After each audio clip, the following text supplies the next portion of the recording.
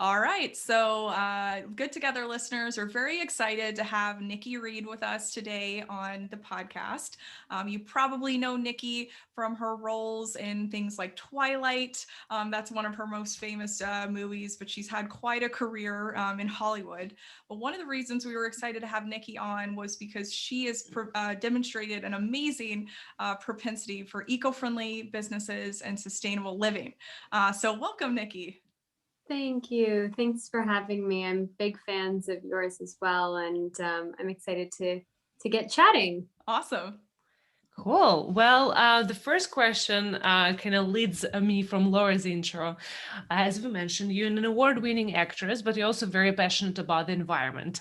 A few years ago, you launched By You with Love, a line of ethical and sustainable jewelry, skincare, and apparel line. And now you're collaborating with vegan and shoe brand LOCI. I know it's very new, and LOCI is developing a sustainable shoe line, right? So let's talk about your kind of path towards LOCI, towards working with ethical supply chains, starting eco ventures. How did you get started with all of this? That's a great question.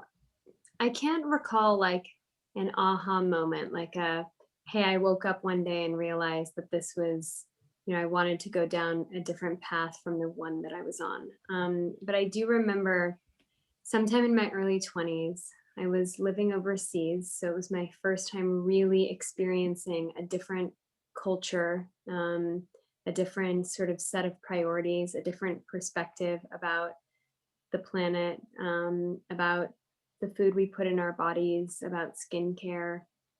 I was introduced to just a completely different way of living.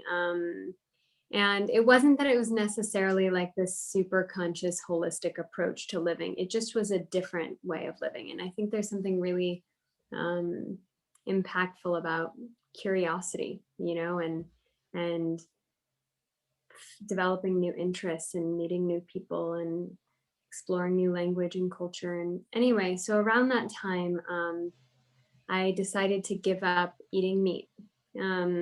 Definitely not influenced by that particular culture, but it was just a moment where I was finding myself and starting to exercise a bit and think about what I was eating. And I'd always really, really loved animals. I had a childhood filled with a lot of animal rescue and rehabilitation. And so I think my path towards just a more conscious way of living started with animal activism, to be honest with you, and realizing that, we can't really think about animals without thinking about ourselves, and we can't really think about ourselves without thinking about the planet. And, everything from chemicals leaching into our water to, wastewater management to organic foods and pesticides and insecticides to rhino poaching to we can span that. I think one of the things that we're realizing even about documentaries like Seaspiracy right now is that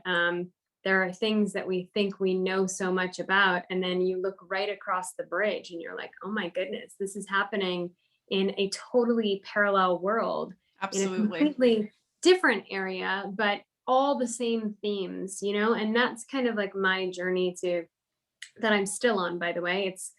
It's a journey, not a destination. So it's not like I've arrived in some amazing conscious place. I'm like still learning things on a daily basis.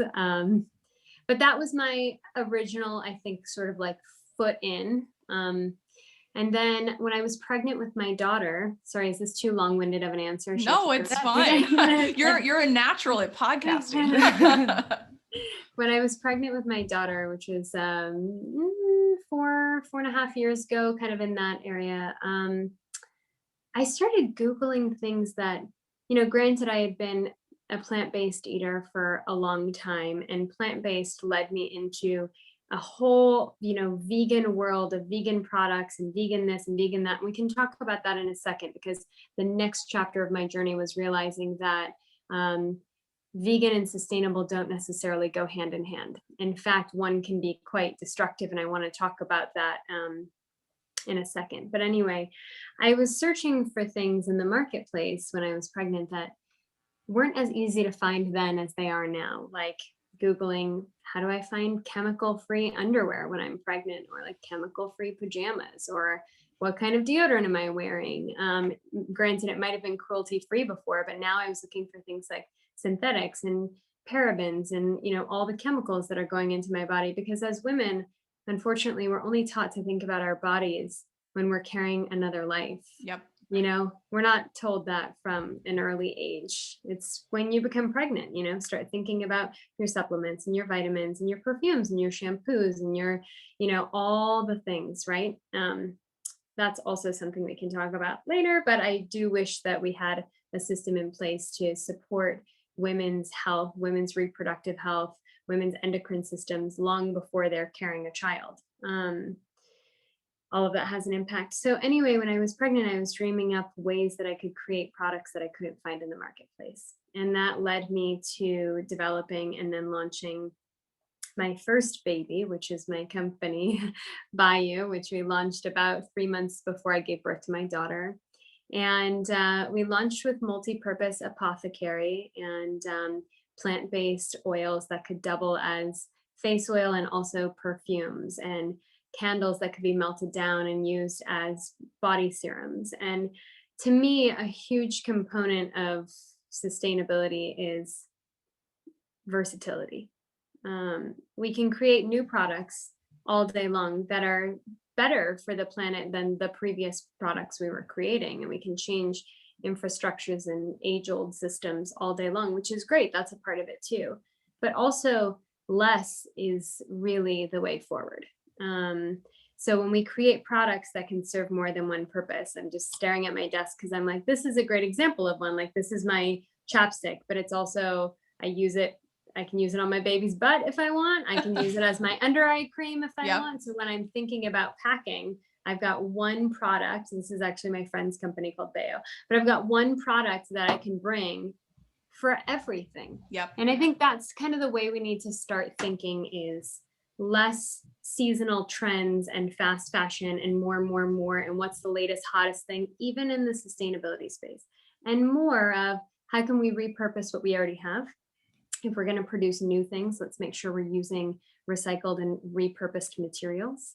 And how can we travel with less, buy less, bring less into our household and have it last longer and become more. And so anyway, the last part of this journey, last part of this chapter of launching my company is that I very quickly entered into the fine jewelry space shortly after we launched with Apothecary, because I was approached by Dell, tech company Dell, to come up with a collaboration between us that could find a way to repurpose the recycled gold that was found in the motherboards of their technology. And I found that so very interesting because, first of all, I come from a long history of female designers in my family. My great-grandmother was a wonderful celebrated jewelry designer, and her daughter was my grandmother, who just passed away, was a very well-respected ceramicist and kind of a pioneer in her own right in the female artist movement. She created beautiful murals, one of the first women to have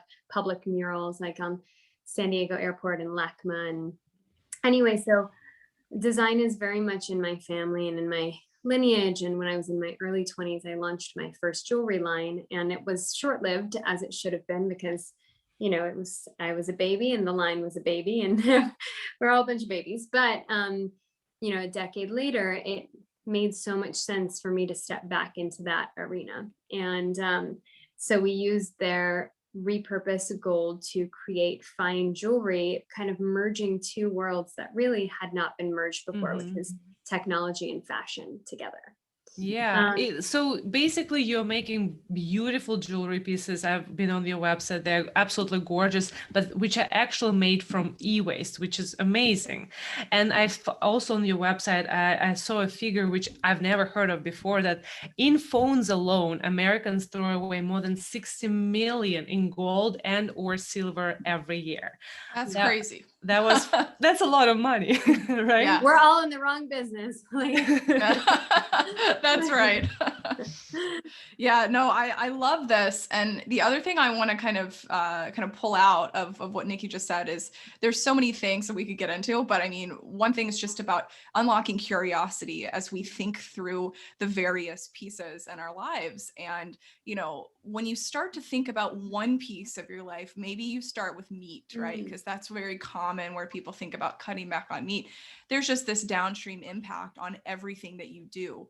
So you really do start to think about, okay, do I need 5 products to your point earlier, or can I start to simplify and make a big difference that way? So I think that's fascinating. And I love that you shared sort of the winding way, the winding path that you got into things. We've all been there. And that's amazing.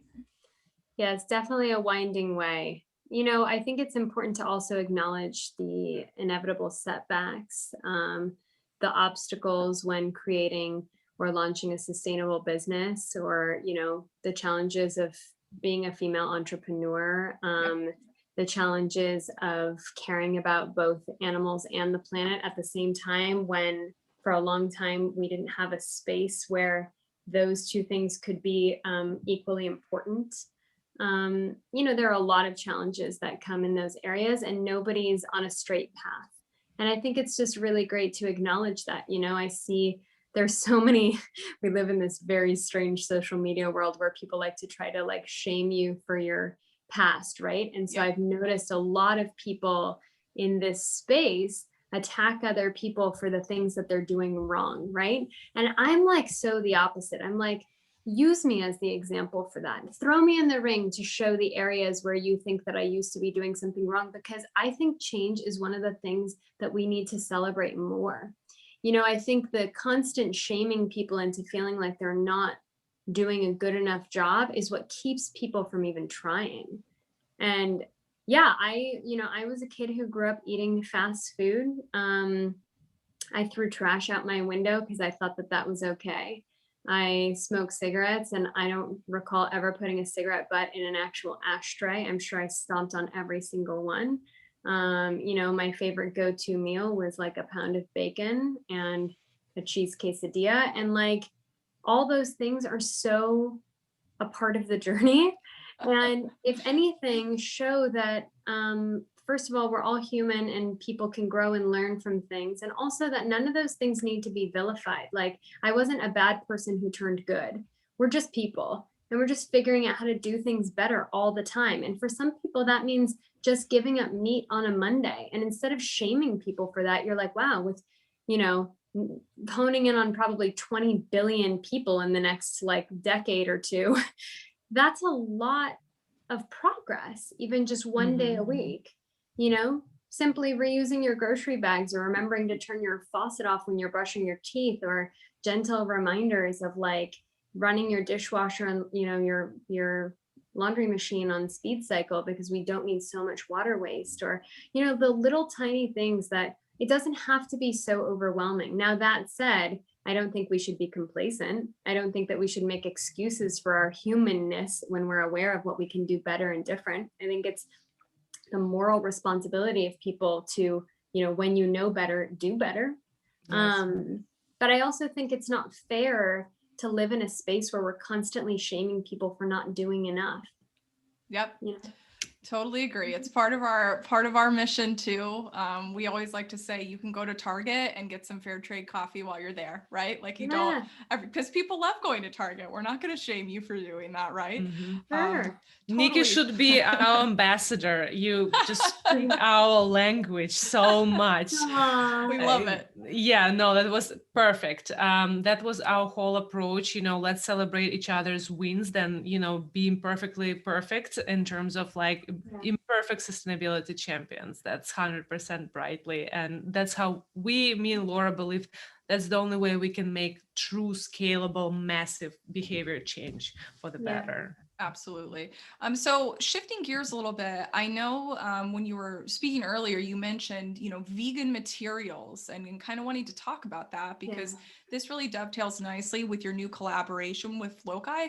And I think for us, we oftentimes get questions from our audience about materials, right? Like, and of course, there's never a black and white answer, right? Never. Some people are like, oh, okay, well, is it better for me to reuse a leather handbag that I've had for 20 years?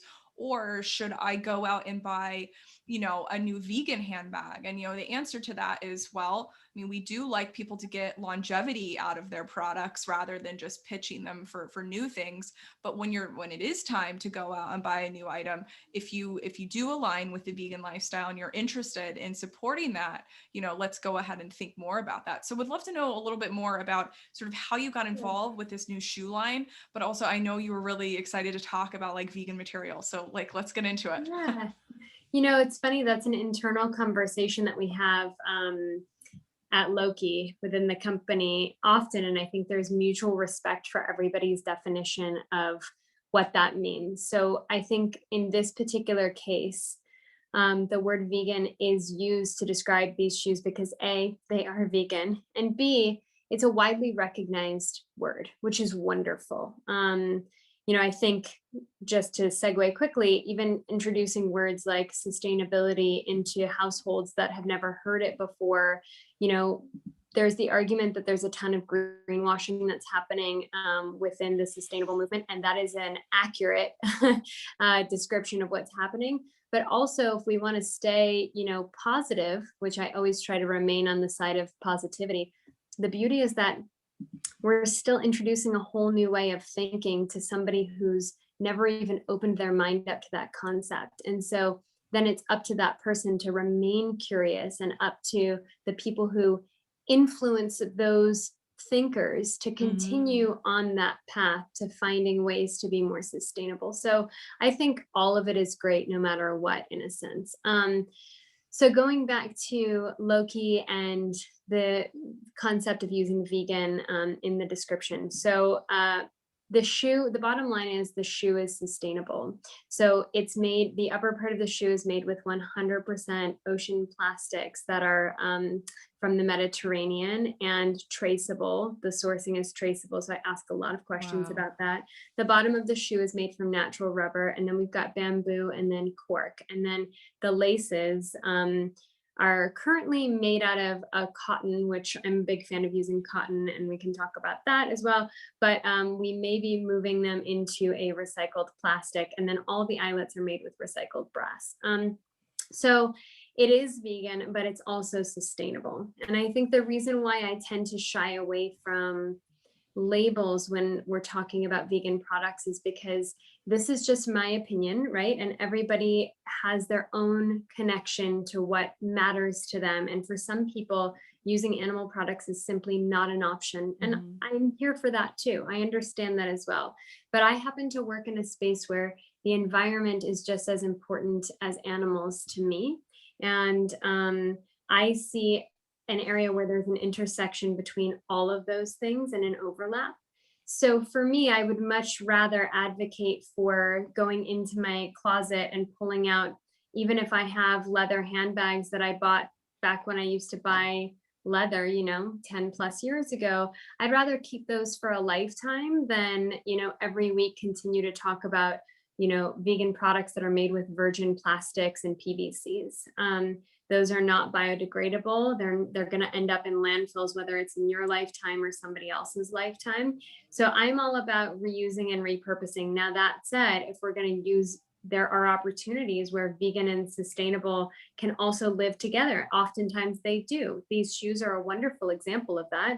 We're repurposing materials that also happen to be completely animal free. So I don't think that it's one or the other is my point. But when you brought up reusing a leather handbag, for example, I like to post about my old shoes that are in my closet that have been there for over a decade. And one of the reasons why, interestingly enough, I like to show those shoes is because even though I'm plant-based and I don't currently purchase any leather animal products, I love that those are an example of reused leather. And I do it subtly, right? I'm not creating I'm not hitting people over the head with all the rhetoric on conscious living and sustainability and this and that. But it's a story about a pair of shoes that I have walked through life in for over a decade, that I've resold a gazillion times. And they are leather, but I can tell you they're going to be with me for my whole life. And would I go out and purchase those shoes today? No, I would much rather purchase a pair of LOCI shoes today, like the ones we've designed together. I know the materials, I know the production process. I love that they're handmade, but I also think that there's a space where we can celebrate what we already have and also celebrate the artisans and the makers of some of these amazing products, regardless of the materials used. There are small communities that rely on the creation of their products, and their whole livelihood is dependent on those handcrafted products. And we can't forget about those people as well. It's not a black and white conversation. There's so many colors in between that all Absolutely. deserve to be seen and read and heard. Yeah, no, 100% agree. We actually worked with a few of our favorite ethical brands who actually do work with artisans who make products from real leather, but it's fair trade, it's empowering women around the world, which again, it's like, it depends which cause or part of the sustainability ethos is like closest to you. We call it, what's your sustainability superpower? And yeah, for me, it is was a little bit heartbreaking to get all of the negative comments about, oh, it has to be vegan leather. But when I saw in person those artisan communities who rely on this for many centuries, so that again, it's not a black and white conversation. It's a much, much more complicated issue than that. But it gave me ultimately, chills when you said that. It's so nice to hear that you're visiting those communities and seeing people. A lot of our opinions in general come from lack of awareness and lack of seeing things in person. And what's the yes. one thing that we build from seeing people like that in person is compassion, empathy, understanding, respect for a way of living that might not align with someone else's way of living who, is like a fashionista in New York City. She might not understand what's happening in this, town in Peru where everybody's hand making and using, leather from their local cows that are already being killed for their, farm to table beef. And then we're, disposing of this leather as opposed to repurposing this for the community or whatever that is. There's so many layers to things. And I think true activism comes from gentle activism and from understanding that there's no right or wrong way. There's just a way for us to do things together. Absolutely. Do you know what I mean? Yes. Together 100%. we can go way further than, individually. Sure. Yeah, and I'd also add to that point. I mean, a lot of what we're seeing, in this country, around the world right now is so divisive, and it can be really difficult for people, to your point earlier, to even get started on the journey because there is so much negativity. And so I think just, again, focusing on the positive, not getting overwhelmed, right? Finding your, like Liza said, sustainability superpower and saying, you know what, I'm going to care the most about workers' rights and sustainable supply chains. So that's going to be how I go out and pick my next product versus, the waste impact. And of course, I would love a perfect product, but it's hard. It can be really difficult to get there. But it's really exciting to hear the inroads that LOCI is making. And Liza, I think you wanted to ask a little bit more about the imitation leather piece of things. Yes, I'm not very familiar with that, so I'm very curious about this part. So LOCI specifically makes a point to say that you guys are not creating imitation leather. So why this is an important distinction? I know there is some problem with vegan leather materials. I would love for you to explain this since you're much closer to this than us. Yeah, so I think, that's also a nuanced conversation, but I think if we just dive into, imitation leather, oftentimes is using virgin plastics and synthetic dyes and chemicals. And so, there's a whole world out there of vegan leathers that are actually really harmful to the planet. And with this particular shoe, it was really important to me for us to create a material that was not meant to be confused with leather, but actually meant to stand out on its own. So when you wear the shoe, you don't feel like you're wearing leather. It doesn't feel like you're wearing, your favorite sporty sneaker that's a leather material. It has a different kind of heartier, cooler, textured feel that's literally woven from these recycled ocean plastics. But you also don't feel like you're wearing plastic, and you don't feel like you're necessarily wearing something that's vegan or sustainable. Like a lot of people's interpretation of sustainable or vegan products is like, oh, we're just going to weave like hemp laces through the like bamboo shell, and then we're gonna and especially in this space of creating conscious products, I know from Bayou that it's more important than anything to create a product that people actually love, that's wearable, that's versatile, that's durable, that's chic, that's cool, that makes you feel good about yourself.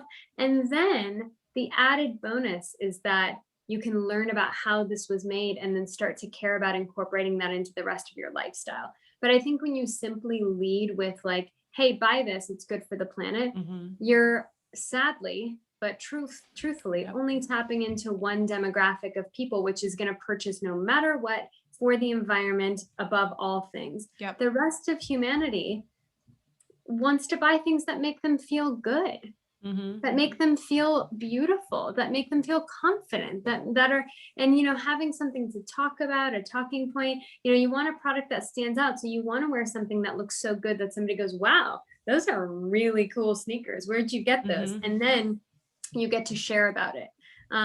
So I think that when you guys touch these shoes and feel these shoes yourself, you'll see that there's just all of that stuff is built in. They're chic, they're cool, they're versatile. I don't know if either of you are moms, but when I became a mom, I was like, whoa, high heels out the window. I have to run and chase a toddler. There is no way. First, I was like working and like breastfeeding and like walking around trying to, so obviously I just couldn't be in heels all day. And then the next phase of that is I have a crawling baby and you don't want to step on fingers and toes, so you're not wearing spiky heels anymore. And then the third phase of that is I have a toddler who is running around like a maniac and I have to wear flats. So I'm like I'm a sneaker girl now. I love that. Yeah, we all have different reasons, I think, for wanting non-fancy shoes now too, right? I feel like COVID has definitely gotten us used to. I can't remember what I was watching the other day and I saw this woman sit down and kind of fling her high heels off, and I was like, wow, I don't think any of us have done that in a while, right? A long time. Yeah. It's been a while. But I love this conversation around sort of, the evolving of multi-purpose items, of items that are made better. And I think, for us, we get so many questions all the time about fast fashion, right? And how damaging it really is to the environment. And you sharing your story about eating a bunch of fast food, like, of course, most of us did that growing up, but we also grew up going to the mall and, finding sort of bargain basement type clothing that we could buy quickly and respond to trends with. And, in general, I would say shoes, clothing, etc., are of course subject to trends. And as a result, people replace them super quickly, which we know is very harmful to the environment. So according to one statistic, the average American now generates 82 pounds of textile waste each year. And so I wonder if you can talk a little bit about the fast fashion mindset, maybe how you think about it personally, and how did you get out of it? Because I would imagine, given your career, you were just given free products and had stuff thrown at you all the time, a lot of like pressure to be super on trend. So how did you like take a step back from that and say, you know what, like, this is not what I'm interested in doing, right? For better or for worse, I've kind of always danced to the beat of my own drum. I just, the early parts of my career reflected that. I've been in the public eye to, in varying degrees for, 2 decades now. And I've definitely had moments where I've sort of succumbed to the pressure, of course. And then I've also had really encouraging moments where I've gone out on a limb and done something that, maybe felt risky or like it hadn't been done before. And there was a really, I was met with a really encouraging, wonderful response. So yeah, to touch on that a little bit, you're totally right.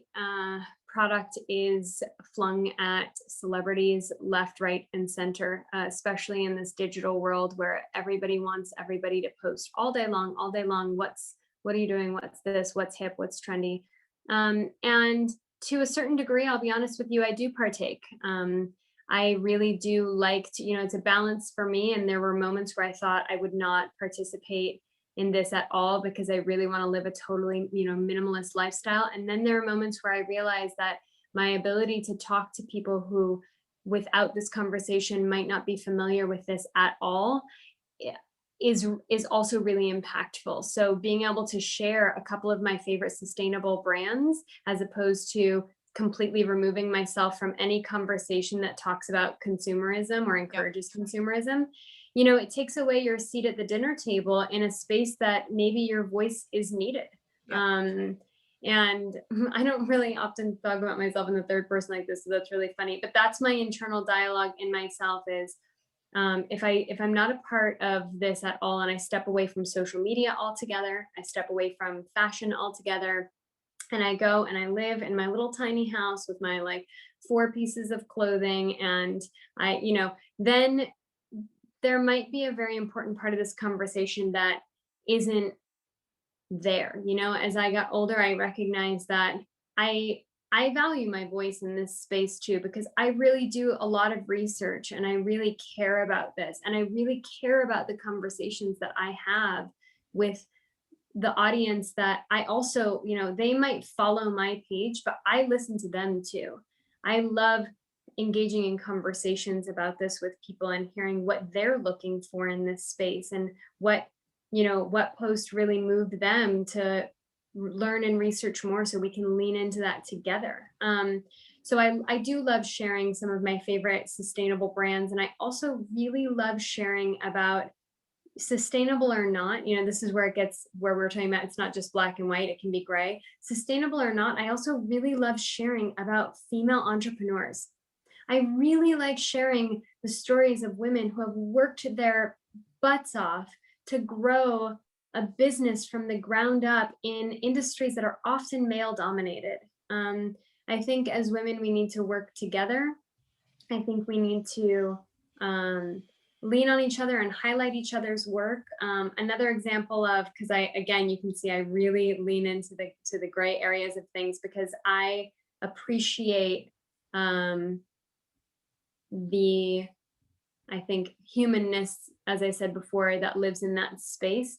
Another gray area, recently I was sharing about the wonderful, wonderful work of a local farm that I discovered, who the owner is now a friend of mine, and they produce small batch dairy.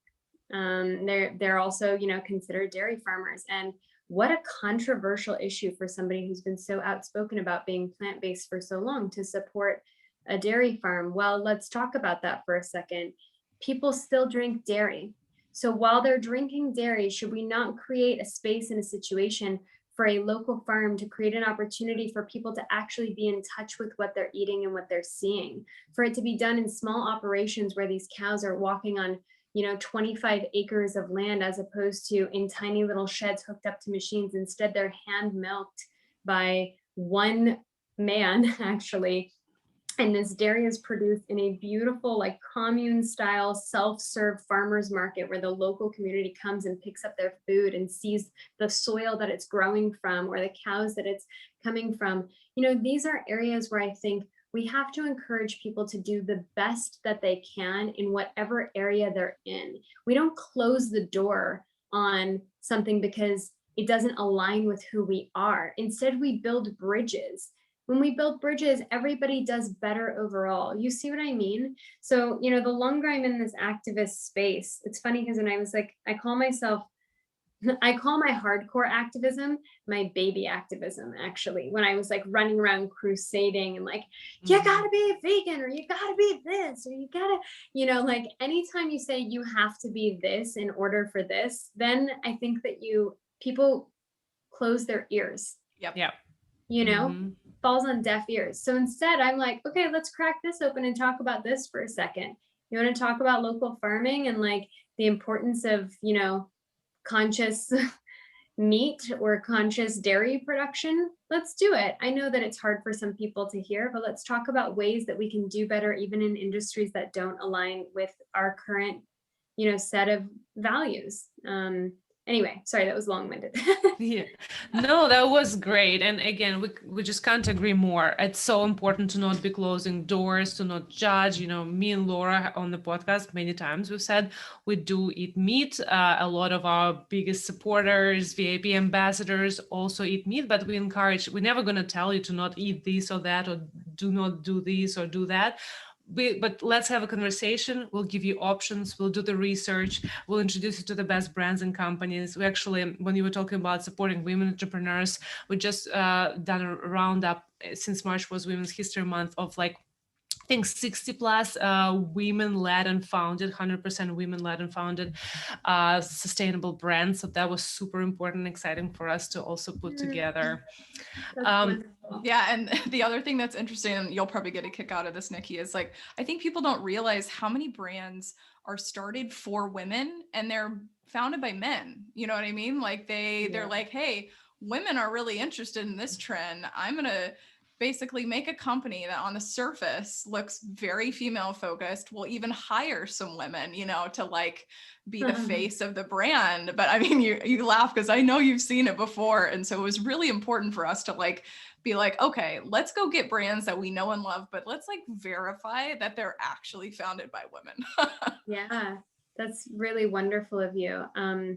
We don't until we create opportunities for women, we want to be what we see, right? So until there are women CEOs and more, female engineers and scientists, and, until we have women in those positions, we're not going to raise a generation of young women who want to be that, who want to dream about that.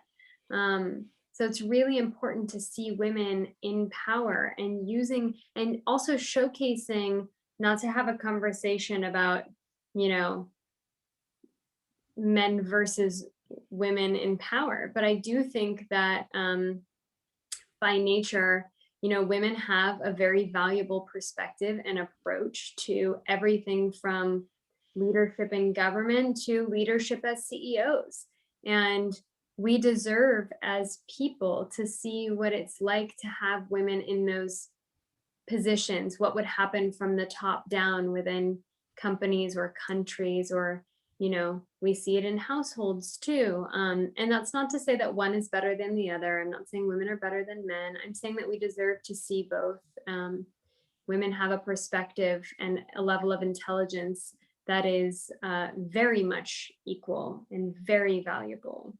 Exactly. It's not one versus the other. It's definitely about equality at the seat at the table, right? Yeah, but it's imbalanced right now. We know that there are still far less women in those positions than men. So, until there's balance, I think we need to work really hard to support and create those opportunities for women. Absolutely.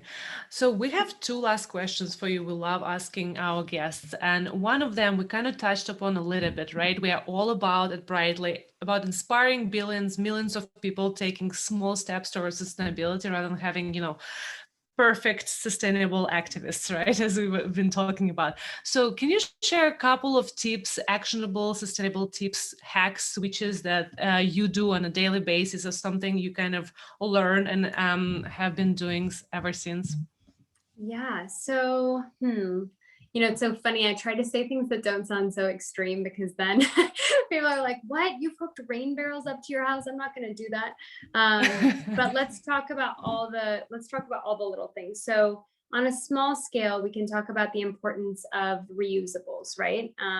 Reusable grocery bags, reusable Tupperware. One of the cool, interesting things about COVID, despite all the, sorry, let me rephrase that. Oh my goodness.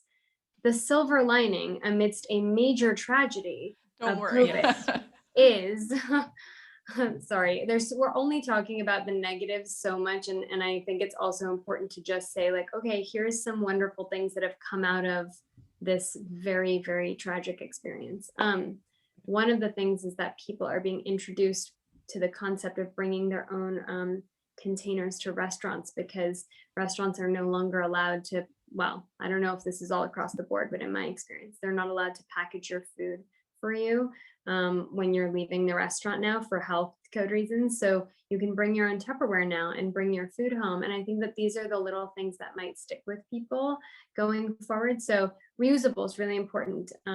As I said, Tupperwares, thinking about the trash bags that you use, you can use biodegradable or compostable trash bags.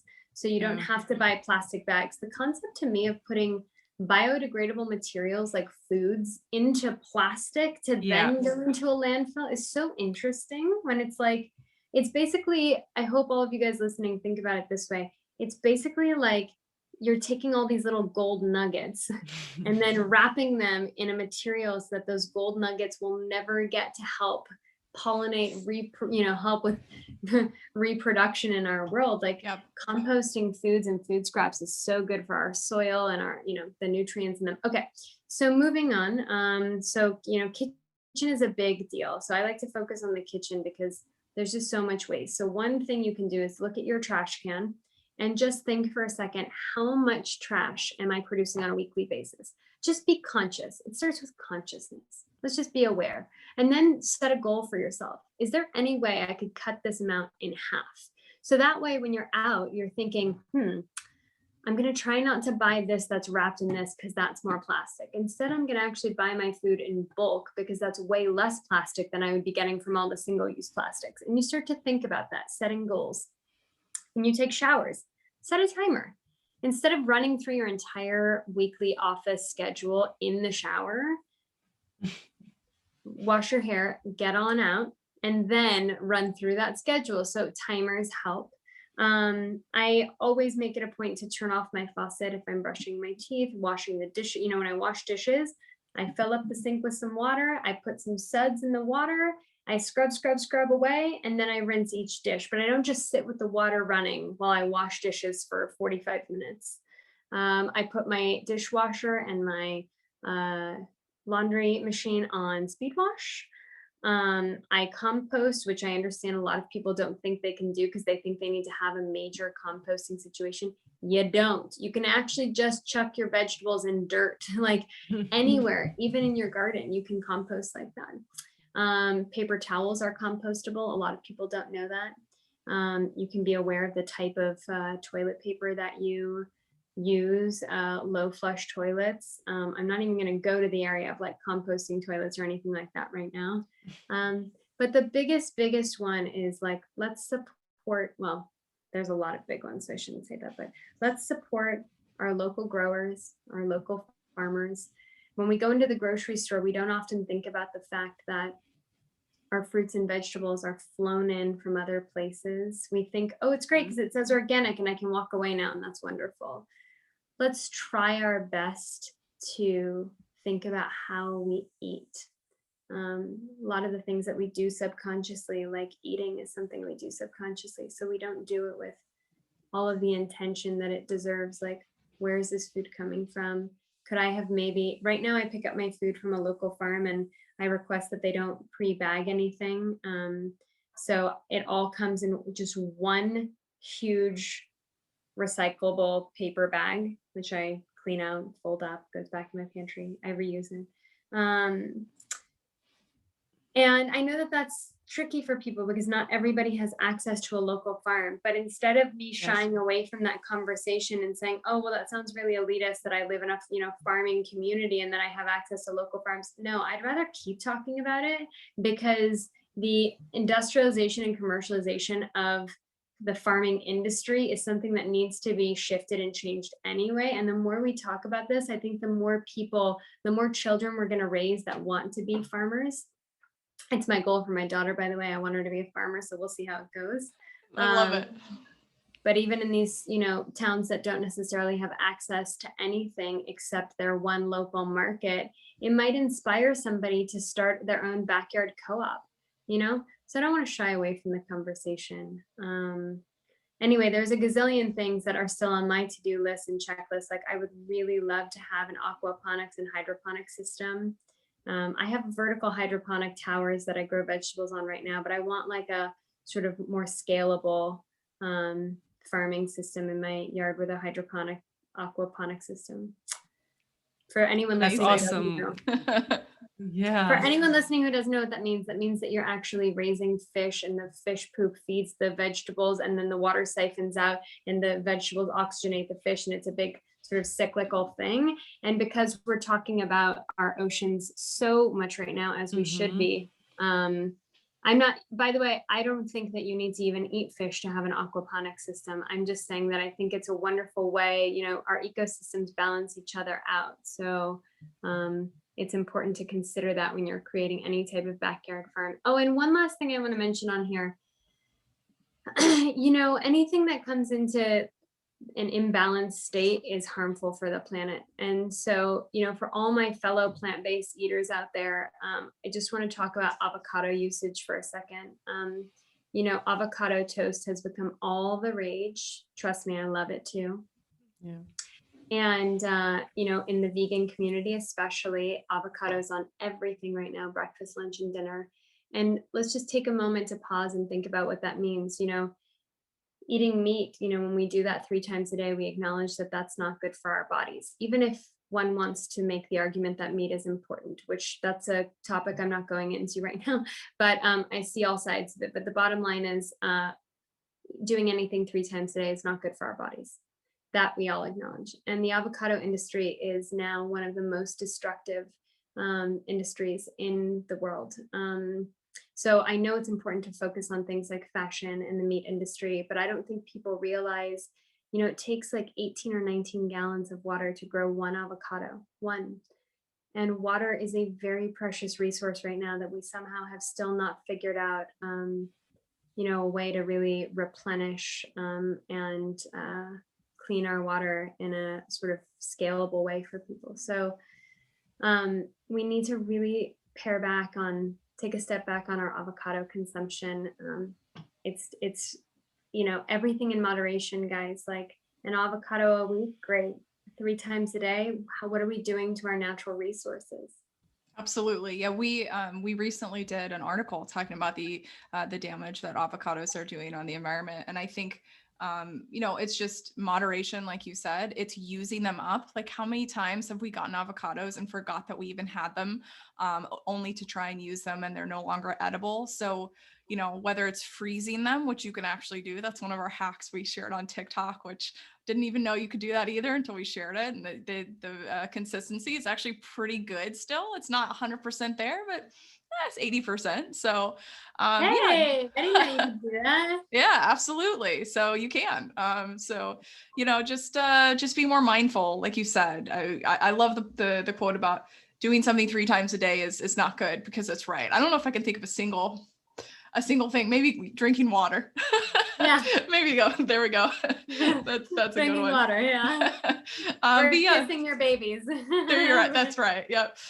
So this has been so wonderful, Nikki. So I guess to just close it out, we have one question we always love asking our guests, which is, what is the most exciting thing that you're observing in the eco-friendly / sustainability space right now?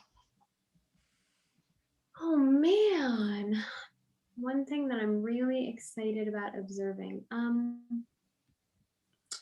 Well, because I run an e-commerce business, I can, you know, like you guys, you have a direct relationship to people who are expressing their interests and engaging with you. And because I run an e-commerce business, I have that as well, where I can kind of constantly take people's temperatures on what is driving them to remain open or curious or make small shifts in their life. And, you know, one thing I recognize just from analytics is that the majority of our customers are not coming to my company because they're a fan of my previous acting career. They're coming to my company because they're organically searching for what we're creating. Mm-hmm. So I think, you know, something that's really exciting me in this space is that there's so much interest, genuine interest in this right now. And people are, I think, starting to grasp the concept that this is not a dress rehearsal. This is the show.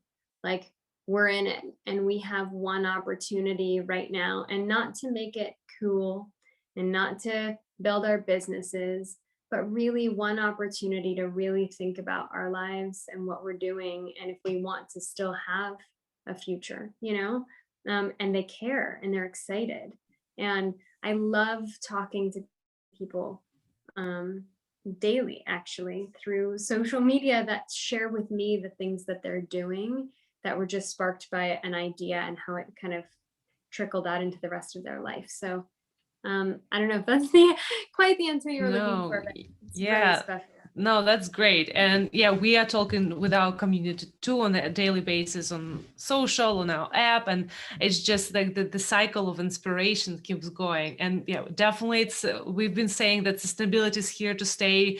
This is the year of sustainability it feels like so many years, right? But again, thanks to the pandemic in many ways, it really is at the forefront of our thoughts finally. So that has been incredible to see that we are starting to pay attention what we eat, how we purchase things, who's making our products, who's growing our food. Anyways, Nikki, thank you so much for this conversation. That's been really inspiring and really wonderful to learn about all of your ventures, about kind of how you personally approach sustainability. And yeah, again, thank you so much for your time. Thank you. I really appreciate it. Thanks.